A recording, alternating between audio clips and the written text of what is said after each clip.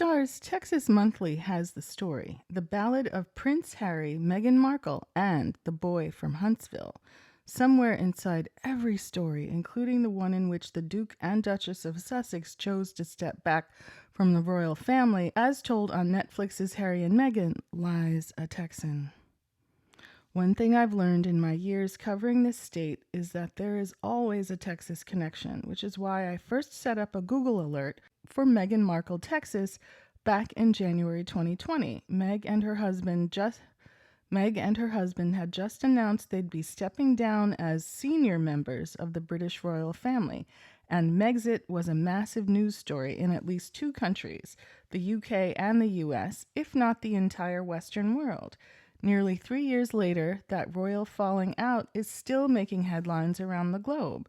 This week, especially after the release of the first 3 episodes of Netflix's docuseries Harry and Meghan on December 8th. When I first set up my Google alert, I wanted to prove my theory that Texas is the Kevin Bacon of states, and I was right. Because eventually I learned about Meghan and Harry's former communications secretary, Jason Knauf, who continued to work with PrinceWilliam and KateMiddleton for years after their counterparts flew the coop for Montecito, California, and who was born, of all places, in Huntsville. Knauf's connection to Texas isn't that strong. According to East Texas paper The Courier, he only lived here until he was about 5. First in Huntsville, then in Houston, then in the Houston suburb of Conroe, where he still has extended family, after which he moved to Virginia. His path from Virginia to Kensington Palace was circuitous. He went to college in New Zealand, where he eventually got a job in the communications department for the Ministry of Social Development. Interesting. He followed that up with a master's degree in politics and communication from the London School of Economics, then worked as a press officer for Her Majesty's Treasury, aka England's Treasury Department. Interesting. Then for the Royal Bank of Scotland until 2015, when he came on board as a communications secretary for a company he lists on LinkedIn as simply the Royal Household. Knauf didn't return Texas Monthly's requests for an interview. These rarefied connections would eventually pay off for his Texas family. In spring 2018, Knauf's grandmother, Wanda Maddox, who still lives in Conroe, got to take behind-the-scenes tours of Windsor Castle and Kensington and Buckingham Palaces. Her adventures were covered in the local paper. She was queen for a day. She was queen for a day. Knauf's mother, Joanne, told the Courier of her own mother's trip to the UK. It was quite hysterical. Some readers might see news that a Texan worked for the British royal family and think, who cares? To which I would respond, I care!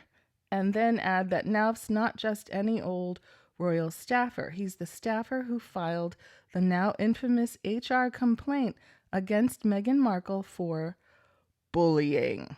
This was the complaint that leaked to the British tabloids in early March of 2021, 2.5 years after it was filed, but suspiciously just days before the airing of Markle and Prince Harry's explosive interview with Oprah Winfrey about their side of the Megxit story. Revelations from that interview were unsettling. Meghan had felt self-harmy and asked the royal family's human resources department for help, which she was denied, she told Oprah. She claimed that an unnamed royal family member asked Harry how dark he thought his soon-to-be-born son Archie's skin would be. Harry added that Charles, the then Prince of Wales and current King of England, was no longer taking his calls. While neither Meghan nor Harry named him specifically, it seems likely that Knauf was a member of what they described as the firm, a seemingly toxic blend of family and business that seems like a synonym for what LinkedIn calls the royal household. They talked repeatedly about how they felt silenced by the royal family's communications team, sentiments they are revisiting in the Netflix series, and about how unnamed staffers knew that stories written about Markle were false, but wouldn't clarify them, even though they were willing to lie to protect other members of the family. According to Meghan and Harry, the firm allowed the British press to continually assassinate Markle's character unchecked, which gravely affected her mental health and ultimately led to the couple's decision to step away. Even after an Oprah interview, a Netflix docuseries, and a podcast, Archetypes, hosted by Meghan, we don't know what Knauf's specific role was in any of this. All we royal watchers know is that he worked as the communications secretary for both the Duke and Duchess of Cambridge and the Duke and Duchess of Sussex, during which he at one point filed an HR complaint against Meghan Markle for repeatedly bullying her staff. In March 2019, Knauf left the Sussex office and went to work as senior advisor for just the Cambridges. He stepped down from working with the Cambridges in May 2021, 2 months after the Oprah interview, then was back in the news in November of that year for giving evidence against Markle in her breach of privacy case against British tabloid publisher Associated Newspapers. She eventually won. All that drama is back in the news this week, if it ever left, with the release of the first 3 episodes of Harry and Meghan, which are about their love story and subsequent falling out with the firm. Knauf doesn't appear on camera in the film, but his face is highlighted in an infographic explaining how the different press offices function within the royal family.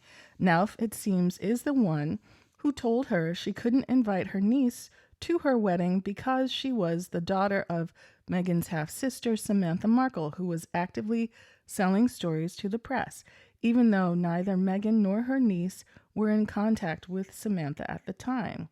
There's still more to be revealed, perhaps purposefully so, as Harry's memoir, Spare, will be released by Penguin Random House on January 10th. The first 3 episodes only take us to the eve of Meghan and Harry's 2018 wedding, and royal fanatics like me, I'm sorry to say, know that things only got worse for the couple after that.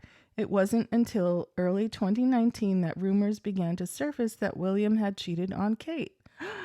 At the same time, in what royal watchers believe to be a calculated distraction, British tabloids seem to double down on anti-Markle reporting with stories about how Meghan made Kate cry. Meghan later told Oprah the opposite occurred, and how the Duchess of Sussex's love of avocado toast was fueling human rights abuses, drought, and murder.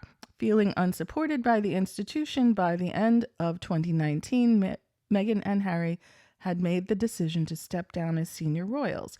Presumably, this is the juice waiting for us in episodes 4 through 6, which drop on Netflix next Thursday, December 15th, with the Queen unalive and a significantly less popular monarch on the British throne. King Charles will always be a spaniel to me. It's not a given that the monarchy will continue to exist. That's why this story feels so huge. And right at the heart of it is a Huntsvillian. We don't know much about the specifics of the whole sordid affair, but we do know that East Texas's Jason Knauf knows at least some of the truth behind all this speculation. You might think, who cares? But I think it is of paramount importance, if only because it proves that there is always a Texas connection. And the fact that there is always a Texas connection is but further evidence to support my belief that Texas is the most important and relevant place in the entire world. Okay, Texas Monthly. Toot that horn. This is from December 8th, 2022.